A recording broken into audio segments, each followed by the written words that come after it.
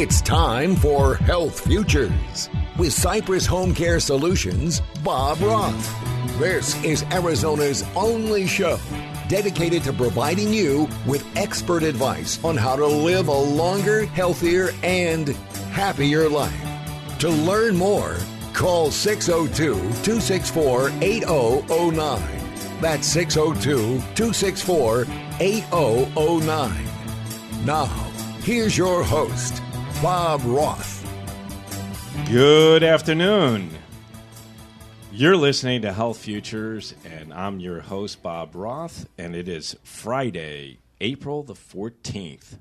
It's hard to believe we're just zooming through April.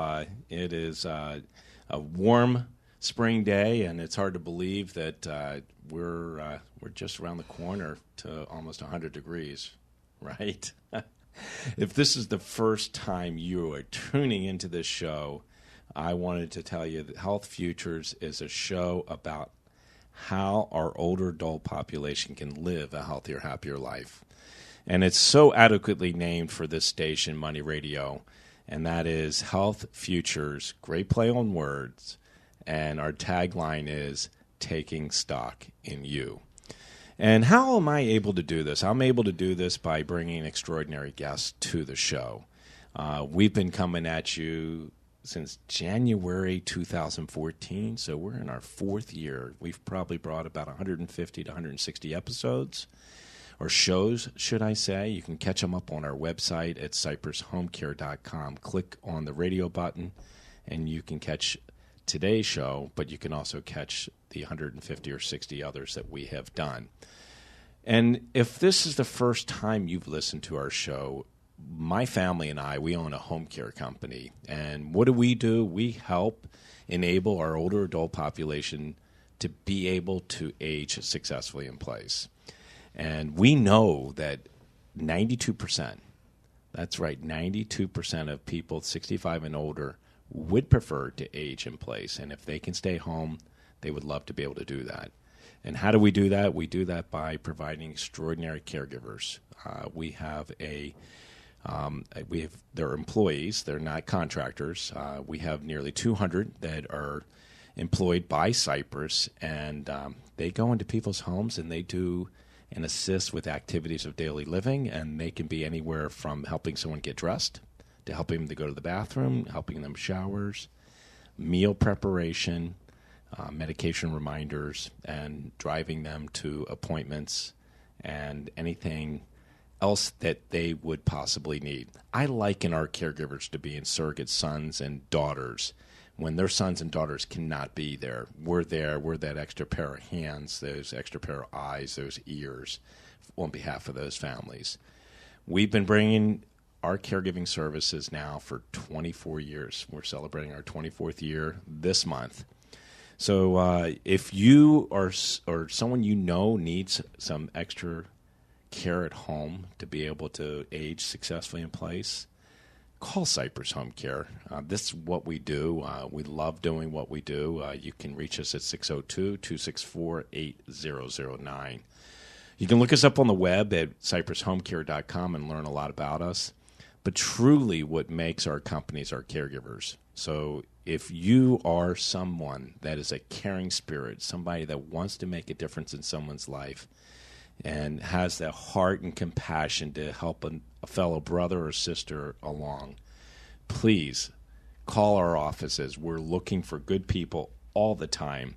So if you or you know of a friend, neighbor, another family member that has a little bit more left in their cup to give, we're looking for you. So call us at 602-264-8009. So let's get on with our show. And as I said at the top, our show is successful because we bring extraordinary guests. And I am proud to bring back one of those extraordinary guests and a friend of mine and somebody that has co-hosted the show before, Maryglenn Boals. Welcome to the show. Thanks, Bob.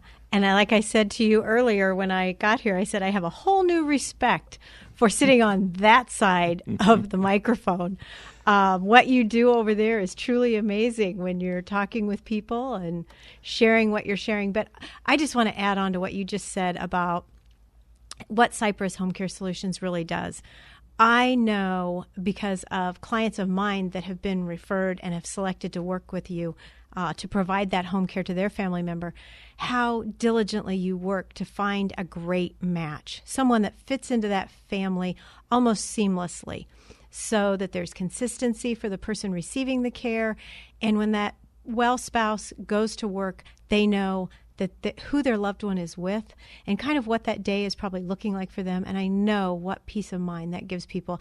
I don't know that that's what happens everywhere, but I have too many great stories from people that you have helped that it's really a wonderful partnership when they get connected with one of your caregivers. Well, those comments and that feedback means so much to me because that's why we do what we do. And for those listeners that don't know my story, my brothers and I were caregivers for my mom. And we look at each one of our cases as if they were our own mom and our own dad. And the particular gentleman you're talking about, one, he had the foresight to plan, and we're going to talk about this on the show here today. Two, he not only planned with you, and you helped him identify some providers of resources. He came to see me about a year before we even engaged. And he said, this is where I'm at. This is what I'm dealing with, and I know I'm going to need you. I don't need you today, but I'm going to need you down the road. And here we are. We're fully entrenched in their home and making his life, and more importantly, his spouse's life, meaningful, giving them meaningful days. And isn't that what it's all about?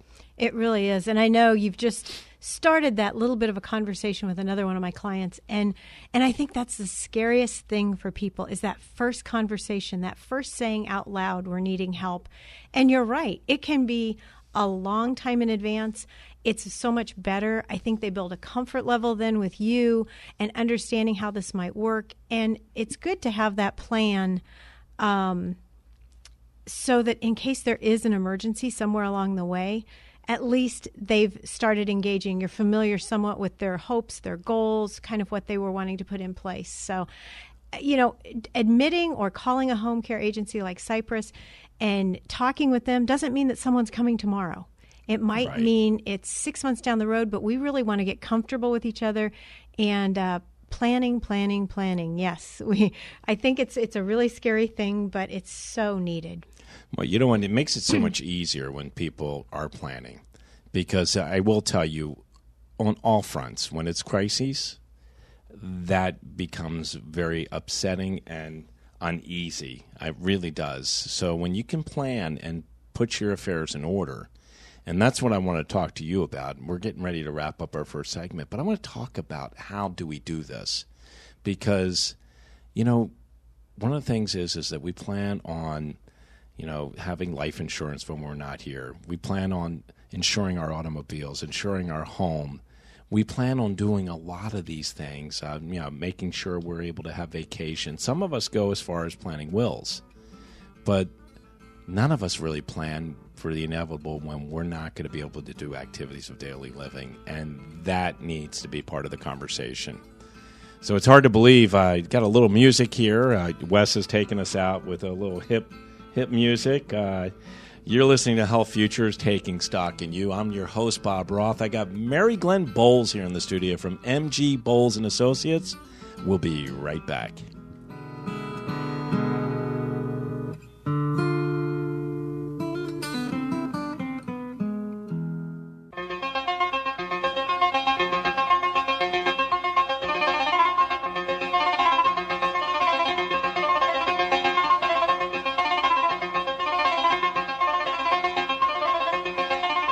Now back to Health Futures, taking stock in you.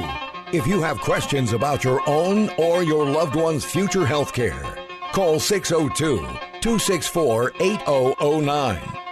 Now, here's your host, Cypress Home Care Solutions, Bob Roth. Welcome back. You're listening to Health Futures. I'm your host, Bob Roth, and I got my guest on the show, Maryglenn Boals. She is the president and owner of MG Boals and Associates. And my man Wes just opened us up with a little bit of Who.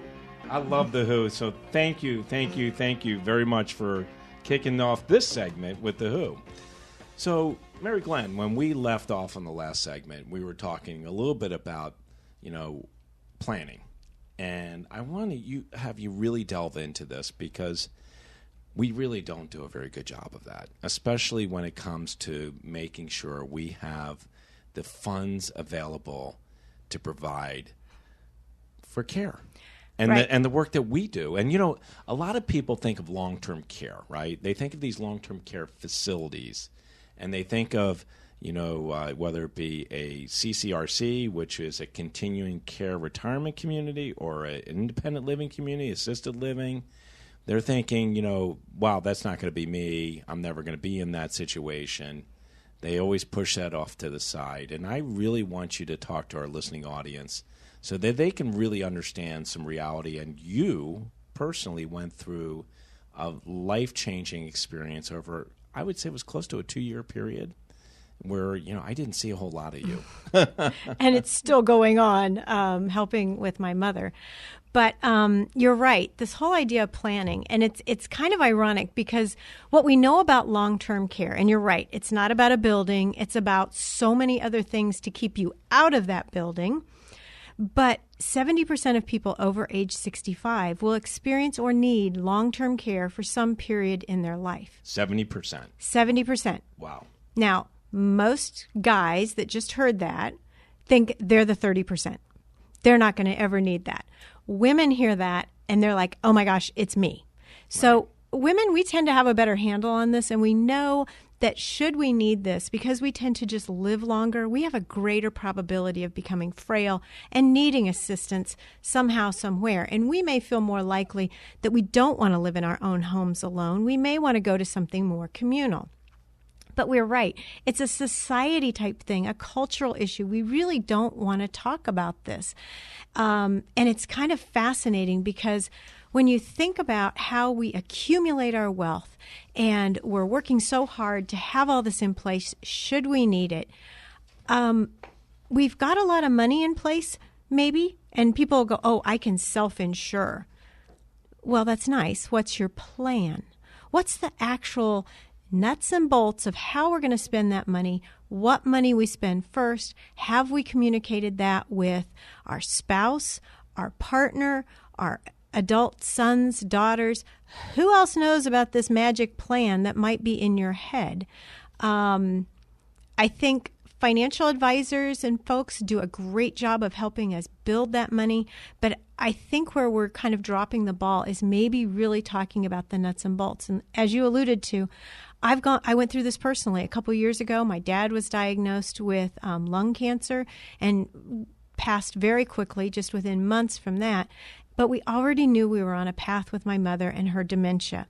And so we had all the worlds colliding. If I did not know all the things I knew and was able to mobilize and get there and basically move in and live with them or be back every month to make sure the plan I had in place was working, it would not work the way it is. It's working great. But I just think that we aren't communicating some of those plans. And my own parents, it was like pulling teeth. I'm like, I do this for a living. Talk to me. What do you want? So I know the resistance. I couldn't even get them to go into places to look at facilities. If they needed a facility, let's at least look at one to decide, would we choose that one? And you're an Iowan girl. Yes. And where you grew up, it's not easy to get to from Phoenix, Arizona. No. So it's not like you could get there in just a couple hours. I mean, you have to connect and then rent a car and drive. So it's not easy. And being in a destination like we are here, we have a lot of adult children who live here and their parents live elsewhere. But more importantly, we have a lot of vice versa, where we have a lot of older adults have decided to live in Phoenix and in the surrounding area because of the climate being better here, if you would, and their adult children living in other markets. And we have amazing resources. That was the difference between trying to work in Iowa, and you were great. When I was trying to connect to a home care agency, I'm like, who do you know? And Bob is on the phone. You're trying to connect me to anybody that you know at national levels that you've networked with and worked with before. But I think for the adult son or daughter who's out of state and the loved one is here in Arizona, do you know the Area Agency on Aging? Do you know Duet? Do you know Foundation for Senior Living? Do you know Cypress HomeCare Solution? Do you know all these players that you need to put these things in place? They're all puzzle pieces that then make the plan. And it's interesting. We talked about in the last segment about your one client, and you have several of those. As a matter of fact, we're talking to one right now that has done the planning. But when you have the crises that we talked about, also, you need a go-to person. Right. And you know what? One of the things that I really resemble, so to speak, and am very fortunate is that we are in our 24th year. We've developed a good reputation. I've hosted this show for 4 years. I've got a couple columns I write, one for Love and Life After 50 and another one for the Jewish News.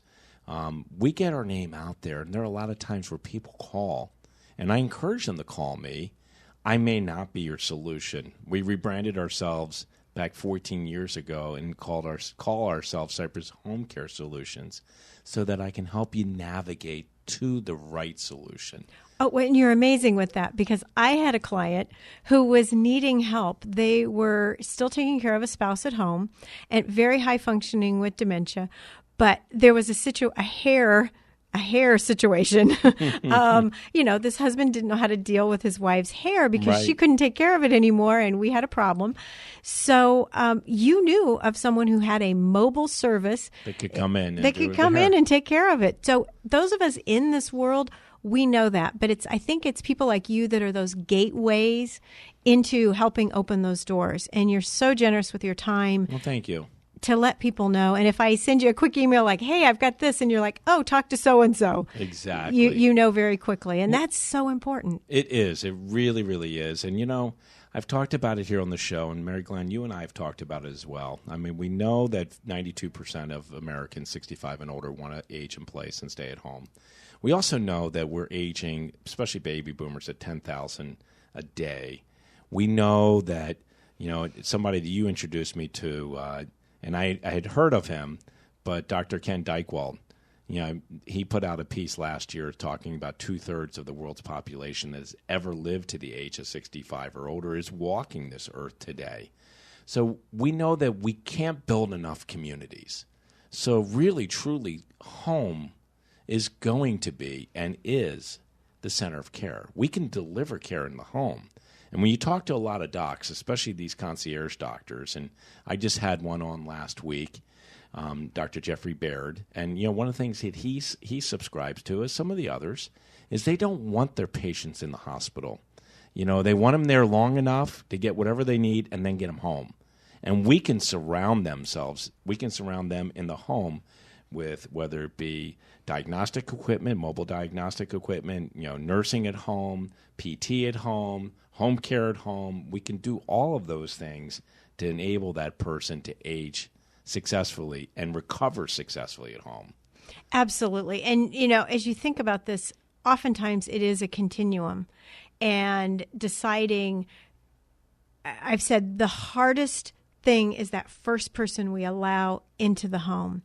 And that shifts everything for them. They start to realize that, wow, we can stay home and we can do this, and life is a little more interesting. And, if you get that great match with a caregiver, which I tell people, if it's not right, fire them, get a different one, fire them. Keep going back to your agency and telling them, still not a good fit, still not a good fit.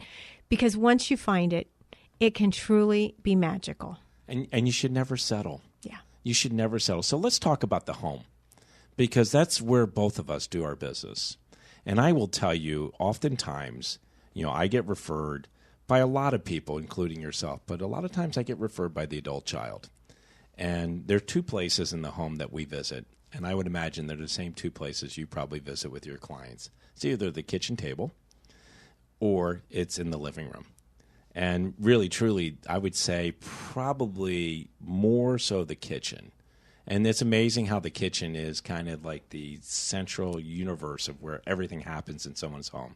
I mean, that's where the eating is. That's where the conversations are.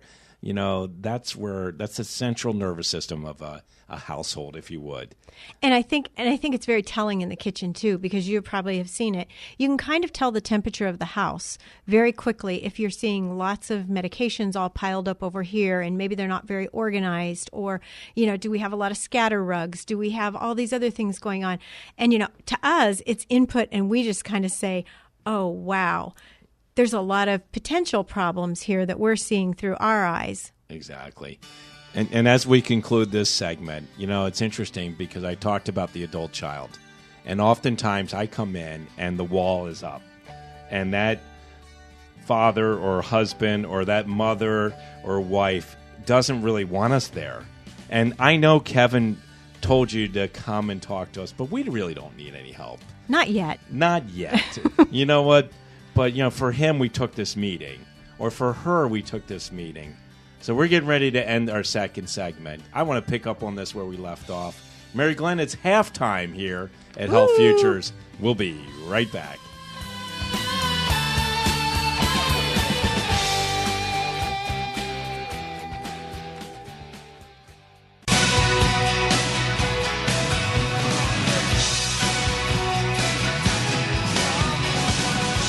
Now back to Health Futures, taking stock in you.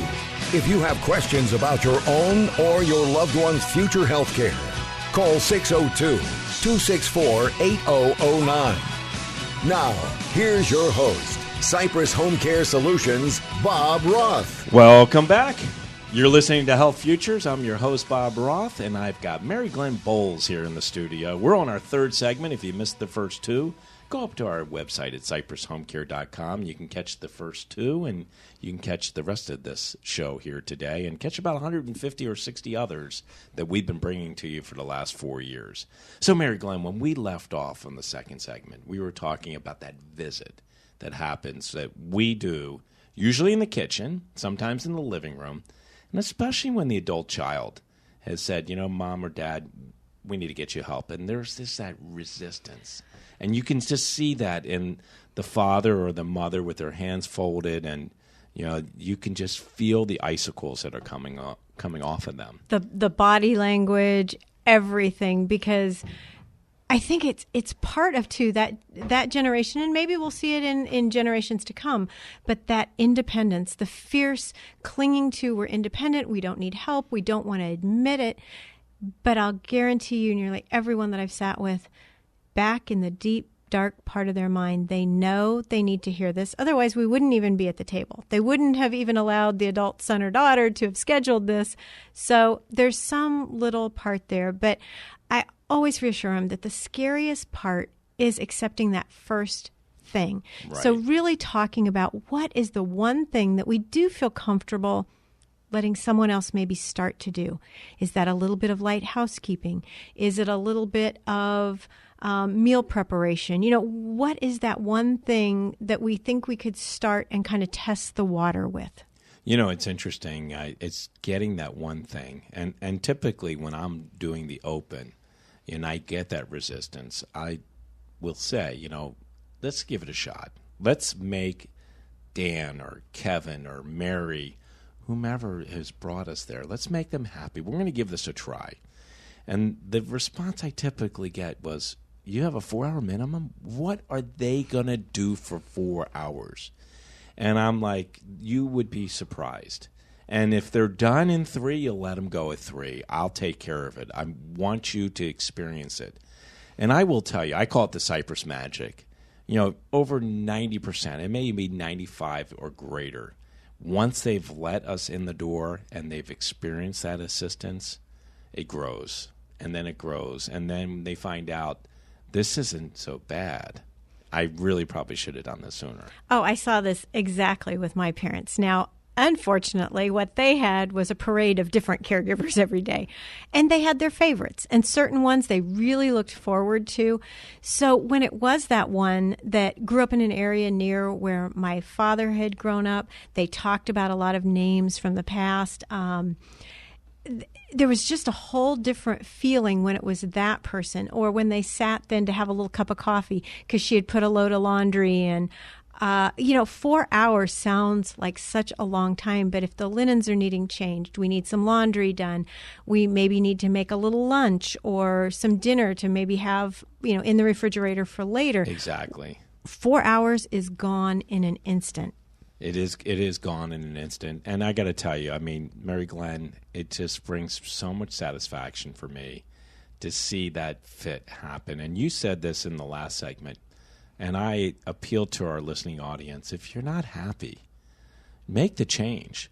One of the greatest things about employing a employer-based home care agency like Cypress, and there are others that are very good here in our market, but with an employer-based home care agency, you get somebody that has completely background checked, vetted out a caregiver, made sure that they had the skill sets. At Cypress, we have a skill training lab. Make sure that they have the background, they have the necessary tools in the tool belt to be able to do the job, and also just having a caring, compassionate person. And the greatest thing also about employer-based agencies is that we create a care plan, we have care coordinators, and if by chance that caregiver has a flat tire, is not well, needs to take a vacation, they have, in our case, almost 200 others that are equally qualified to pitch in when that person can't be there. And I will say this to you, Maryglenn, and I know you see this as well. We live in some of the communities here in Phoenix are very affluent. And I see people being penny wise and pound foolish, and they will hire a private caregiver or they'll hire someone from a registry, which is an independent contractor, and risk everything for just a few dollars. Well, and I don't know if you remember, but I spoke at the American Society on Aging on this with Marilee Orsini. I remember And we that. talked about preparing the home for an outside caregiver, because I do think a lot of people aren't thinking about the things that you as an agency do go through, the background checking, the skill training and that. And a lot of people are to the point they're so frazzled and they need help that they'll almost take anyone. So we now have a referral from a neighbor or someone at the church, and she was really great, or a friend of a friend kind of thing. And we've brought this unknown person into the house. And we really addressed things like, you need to prepare your home. And I think you would probably even want them to prepare their home prior to even one of your folks. And what that preparing is if there's valuables, just things that could never be replaced. They have a lot keepsakes from the family. Get them put away, because you would never want, many times we're dealing with people who have dementia, and they may already be experiencing some paranoia anyway that someone is taking something, and now it's a he said, she said. Secure the home. Get it ready for an outside person to come in. And I think it protects both parties. And I think the other thing that people don't really realize, I'm going to bring up two very important points, and then we're going to move on. One is, when you have a contractor, okay, there is the relationship, the employee-employer relationship. So when you have a contractor and you're directing them, and I'm talking about a care recipient and their family, you should be furnishing them a 1099. And you need to make sure that you do furnish that, and you're hoping that they pay the taxes. Now, we have precedented cases. One that happened in Illinois not that long ago. It sits up on one of my industry trade organizations, their website, where the care recipient became the accidental employer. So what happened was the care recipient no longer needed the care because the care recipient was moved into a facility, and the caregiver went down to unemployment and claimed for unemployment. Smart part on their part. I mean, not exactly a really bright person, knowing that they were getting checks from this person and no withholdings, and that tipped them off over at unemployment that there was a unique engagement here, and there was a lawsuit, and they went after the care recipient for the back taxes, and we're talking about 7 years. Wow. I mean, and that it leaves a vulnerable adult even more vulnerable. The other part is workers' comp. And people don't realize this. They think that, I have a $3 million umbrella in my home, my home insurance. I have maybe a $5 million umbrella. Sure, if something happens to the caregiver, I will be covered. The answer is not. You're not going to be covered. So God forbid, that caregiver, and trust me, when you're in a bathroom and there's soap and water and skin, that's a recipe for disaster. And if a caregiver throws their back out, slips and falls, breaks her hip, shoulder, takes a knock on the noggin, guess who's liable? You, as the care recipient, are liable for that because your homeowner's insurance is not going to cover that. So those are two really important things when you're engaging caregiving services, you need to think about. That's why I advocate for employer-based agencies like Cypress HomeCare. Absolutely. And I was just thinking, you work with so many families. If some of those families could come on here and ask you or share with your listeners what they would probably share with the listeners, things that they come to you and say, because I know a lot of times, for even in my business, they'll be like, we should have done this a long time ago. What do you think some of your current or past recipients would share? Well, I'll tell you what, it's a great question. I want to open up our fourth segment to that, but I will tell you that for every one person that does share with me, I know there's 10 others, maybe 100 others that want to do the same. But it just to summarize here as we close this segment, it's very positive things. It's like your caregiver has helped us do the following. That one client that you're talking about, they're able to go to Flagstaff to visit grandkids, and my caregiver goes with them and helps, the wife out. So, it's really exciting stuff. So we'll pick up on that when we get back on the fourth segment. You're listening to Health Futures, Taking Stock in You. I got Maryglenn Boals in the studio. We'll be right back.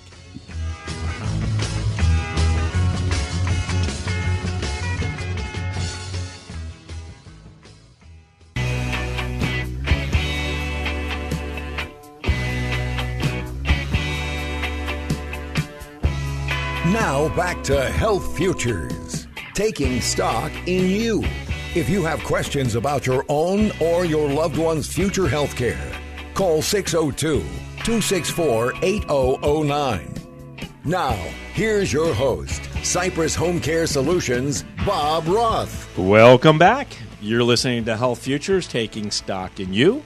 I'm your host, Bob Roth, and if you're just tuning in, we're on our fourth segment. I've got Maryglenn Boals here in the studios. She is the president of MG Boals and Associates, and we were covering on that third segment, we were talking about what are some of the things, you had asked me the question, that some of our clients give me feedback on. And, especially when we are caring for one of the spouses and the other one is fulfilling and living out their lives, like the one that we talked about, who the husband is a professional, and he has a very busy schedule, and he was a planner, an incredible planner. And, I think there are two things that, really we've enabled him to do, and that is, one, give him peace of mind, to know that his wife is cared for by someone that is loving and caring and compassionate. And really, he can check in with the caregiver, or the caregiver can check in with him to give him an update. And then the other thing is he's able to do the things that he's able to do. First of all, he's a remarkable, I would say a young man, but he's older than my dad. And I think he's 83, and he travels, and he goes to New York, he goes to St. Louis, and works. It's all work. He's arguing before judges. Just a brilliant man, but able to get on with his life and know that, he's not left her in front of an electronic babysitter, because I can tell you the caregivers are caring for his wife. One of them, they walk like 3 to 5 miles a day. They're constantly doing activities, and that's the thing that helps give him peace of mind. Well, know that she, even though that she's suffering from dementia and Alzheimer's, she's still doing the things that she used to love, and she enjoys, at least at the moment, that she's with our caregivers. You and your team minimize the disruption that when a really bad thing happens to somebody good, you minimize what that means to the rest of the family, because long-term care doesn't just happen to a person. It happens to all the family members around it. And like you said, you've minimized that disruption for the well spouse. And I think that's where people get so involved in, trying to do this themselves and not getting some outside help and not recognizing how much it's going to change all those things we used to do. Well, we can still do them, but we might now have another person with us to help protect that person's dignity. Maybe they're doing all the showering and that, so that the well spouse is taking care of themselves, and this leaves that dignity for the person who has the illness. I think the important thing too, and we go back to the fact that this gentleman was a planner, and we oftentimes as adult children don't realize what's going on in our parents' homes. And very true. This is my appeal to you, our listening audience. You need to get a good handle on what's going on with your parents, grandparents, aunt and uncle. Check in with them, because oftentimes you and I, we discover when one has passed what has been going on, and you're like, you hear from the adult child, they're like, wow, I didn't realize mom had this issue or dad had this issue. But when one's gone, you realize it. I mean, I just heard one yesterday, seriously, that the guy who was physically able to drive could drive, but he couldn't see. And his wife couldn't drive, but she could see. So she was his eyes. Oh, no. Oh, yeah. And it wasn't until she passed away that he couldn't get to appointments. He couldn't get anywhere. But that's what you have with this greatest generation. That's what we're talking about. They took that oath of sickness and health literally, and they're not looking for help. They're enabling one another to live out their lives. Yeah, I used to tease my parents that I had two three-legged dogs in this race, and they were leaning so hard on each other, that it was a wonder both of them didn't fall down. But realizing each of them had their own losses, they were in very different areas, but they were masters. And I mean, I know this stuff, but when you're just kind of popping in and out, or just all the times on the telephone, you're not picking it up. But when I moved in with them while my dad was undergoing some radiation treatments, I lived with them for about 6 weeks. Wow, did it unravel. I'll bet it did. So you start to really see that. And that's my appeal to our audience. Just, absolutely. Take a look, get inside, go visit mom and dad. My wife is doing that with her own mom at the end of this month. She hasn't checked in a while and needs to, and her mom's coming up on 80 years old. So, that's my appeal. You used a word, disruption, and I will say something to you, Maryglenn. It was probably 6 or 7, maybe 8 years ago. You and Marylou, did a speaking tour, and I get this email from you. Do you know what disruptive technologies is? And seriously, I will tell you, I mean, of course I'd heard at the time, I think Uber was just getting started. But I really didn't understand that until now, and I've understood it in the years since. And, we talked about HomeCare, and there have been some disruptive companies that have come around to try to change the face of home care. And I refer to the work that we do, the employer-based agencies, as legacy caregiving agencies. Some of them may call bricks and mortar. But we're more traditional, and we believe in engagement, personally going out and opening up a case, visiting with them. We don't really believe that you can order a caregiver from a device, a smartphone. And there was a company called Home Hero that did attempt to do this. They raised $23 million in venture capital money, and 7 weeks ago, they left the industry because they tried. And you really can't disrupt home care. Home care requires some hand-holding, some walking through what the expectations are. And like you said, what you say to your clients, if you're not happy with the caregiver, you tell the agency and they'll bring you another one. Absolutely. And, I think it's kind of healthcare in general in that space. It's, some people are thinking they can simplify it, but this is so intimate and so people to people, the relation. Because this person is going to be very intimate with you. This might be the person giving you a shower. And I'm just going to order you online. And I don't think people think, oh, if I'm going to do this way, I need to think like an employer, and I need to do my background check, and I need to do this, and I need to, like you said, 1099, and what is my insurance coverage, and how am I going to do all that? People aren't thinking like that. And you take a lot of that off the table, off the worries. And the other thing is they want consistency. They want somebody that they have grown attached to, and they want that same caregiver. They don't want a revolving door. When you're disrupting and you can order a caregiver online, you don't know who you're going to get from day to day. So the consistency is real important. Absolutely. You and I understand that. I think people on the outside sometimes think they can do something quick and fast. When I use the word disruption with you, I mean you minimize the disruption. Not that we want to come in and blow it up with a bunch of technology, right. But there are technologies that would help people. So that's another thing they can look into, like the medication minders and things like that. But it still takes a person to set that up. Well, I want to just give a real quick a shout out on a week from today, April 21st, down at SkySong, ASU. We are doing Aging 2.0. It's a startup challenge, and basically I look to technologies and innovations to help us age successfully in place. I also look to public policy. I mean, we got to look to our state government and our federal government. I argue down at the state for family caregiving tax credits. I know Joni Ernst is trying to do something federally. So we've got to make our communities much safer and be able to assist in those people to be able to age in place. And help them stay home. Exactly. It's hard to believe that we're wrapping up our segment here.